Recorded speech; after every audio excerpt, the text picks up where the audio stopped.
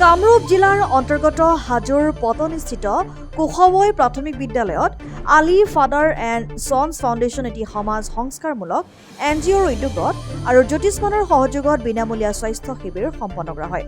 উল্লেখ্য যে বৰ্তমান সমগ্ৰ দেশজুৰি বিশেষকৈ চহৰ তথা গ্ৰামাঞ্চলত মানৱ শৰীৰত বিভিন্ন ৰোগ দিনক দিনে বৃদ্ধি পাব ধৰিছে। সেয়ে প্ৰাথমিক ৰোগ নিয়ন্ত্ৰণত গ্ৰামাঞ্চলৰ লোকসকলৰ সহায় হোৱাৰ লক্ষ্যৰে দেওবাৰে বিনামূলীয়া স্বাস্থ্য পৰীক্ষা শিবিৰটি অনুষ্ঠিত কৰা হয় বুলি জানিবলৈ দিয়ে আয়োজক সমিতিয়ে। উক্ত শিবিৰত 200ৰো অধিক ৰোগীক স্বাস্থ্য পৰীক্ষা কৰোৱাৰ লগতে বিনামূলীয়া ঔষধো বিতৰণ কৰা হৈছে, যাৰ দ্বাৰা অঞ্চলটোৰ লোকসকলৰ চিকিৎসা সেৱাৰ ক্ষেত্ৰত কিছু সকাহ হোৱা বুলি জানিব পৰা গৈছে। উক্ত স্বাস্থ্য পৰীক্ষা শিবিৰটোত ফাউণ্ডেশ্যনৰ সভাপতি জেচি মালি, সম্পাদক টমি জালি, প্ৰকল্প পৰিচালক ৰাহুল আলী, উজ্জ্বল ৰঞ্জন কলিতা, জ্যোতিষ্মানৰ সভাপতি বিবেকানন্দ দাস, সম্পাদক হিমাংশু শৰ্মাকে প্ৰমুখ্য কৰি প্ৰায় সংখ্যক লোকে সহযোগ কৰে। শিবিৰটোৰ সম্বৰ্ধনা অনুষ্ঠানৰ আঁত ধৰে যুৱ সাংবাদিক অনামিকা কলিতাই।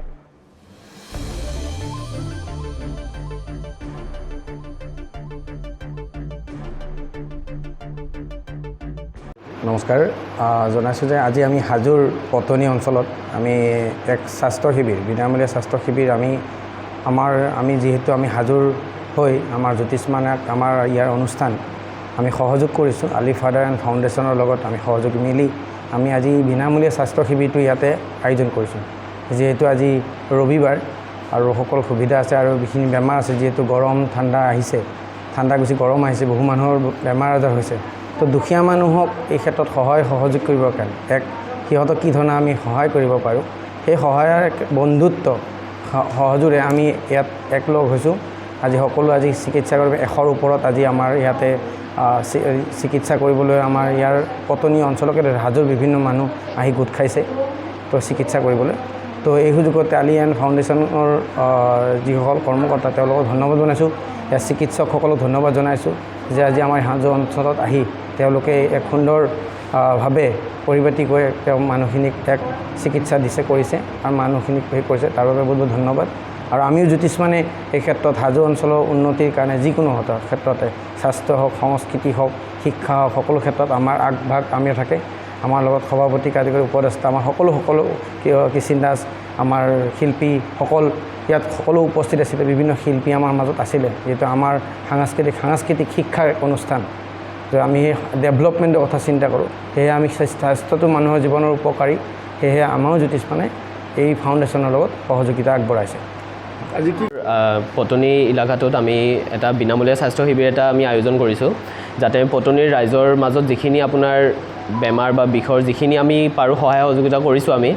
আমি বিনামূলীয়াকৈ দৰৱ পাতিবোৰো দিছোঁ, বিনামূলীয়াকৈ আপোনাৰ চিকিৎসা কৰাইছোঁ। আৰু আগন্তুক দিনলৈ আমি এই যোনটো আমাৰ কৰি আছোঁ এই প্ৰতিষ্ঠানটো আমি পাতি থাকিম আৰু আমি গোটেই হাজো যোনটো অঞ্চল বা গোটেই হাজো সমষ্টিটো আমি কভাৰ কৰিম। আৰু অকল আমি এইটো নহয় যে অকল আমি আপোনাৰ চিকিৎসাৰ ক্ষেত্ৰতে নহয়, আলি ফাদাৰ এণ্ড ফাউণ্ডেশ্যন এতিয়া আপোনাৰ শিক্ষাৰ যোনবিলাক থাকিব, আমাৰ এডুকেশ্যনেল কেম্পছ বা আপোনাৰ যোনবোৰ বিজনেছৰ কাৰণে মানুহক যিখিনি সহায় সহযোগিতা লাগে, আলি ফাদাৰ এণ্ড ফাউণ্ডেশ্যন সদায় সিহঁতৰ পিছত থাকিব। আৰু আমি আগন্তুক দিনলৈ আমি এই মাহৰ শেষলৈ আমি আৰু এবাৰ এটা শিক্ষা শিবিৰ এটা পাতিম বুলি ভাবিছোঁ। আৰু এই দিন ভাল লাগে মানে যেতিয়া আমি মানুহৰ মাজত যাওঁ, মানুহক সহায় কৰিব পাৰোঁ।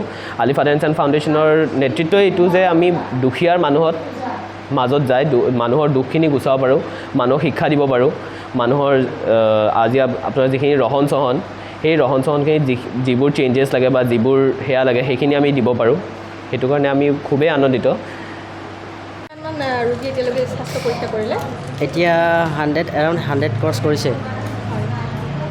মানে আপোনালোকে আলি ফাদাৰ এণ্ড ছন্স ফাউণ্ডেশ্যনৰ তৰফৰ পৰা ৰাইজৰ সুবিধাৰ কাৰণে ওলাই আহিছে? হয়। কেনেকুৱা লাগিছে, কেনেকুৱা অনুভৱ?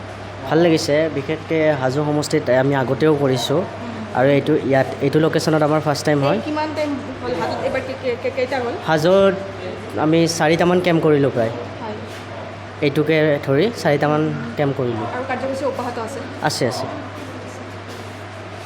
মই কৰিছোঁ, মোৰ মনত নাই কেতিয়া কৰিছোঁ, বাট কৰিছোঁ আৰু। ৰাইজৰ কাৰণে ওলাই আহিছে আপোনালোকে? হয়। কেনেকুৱা অনুভৱ? আৰু মোৰ আজি প্ৰথমবাৰ, ভালে লাগিছে। আশা কৰোঁ আগতো মানে এনেকুৱা মাতে আপোনালোকে। আপুনি আপোনাৰ কাম কৰি যাওক। হ'ব, থেংক ইউ।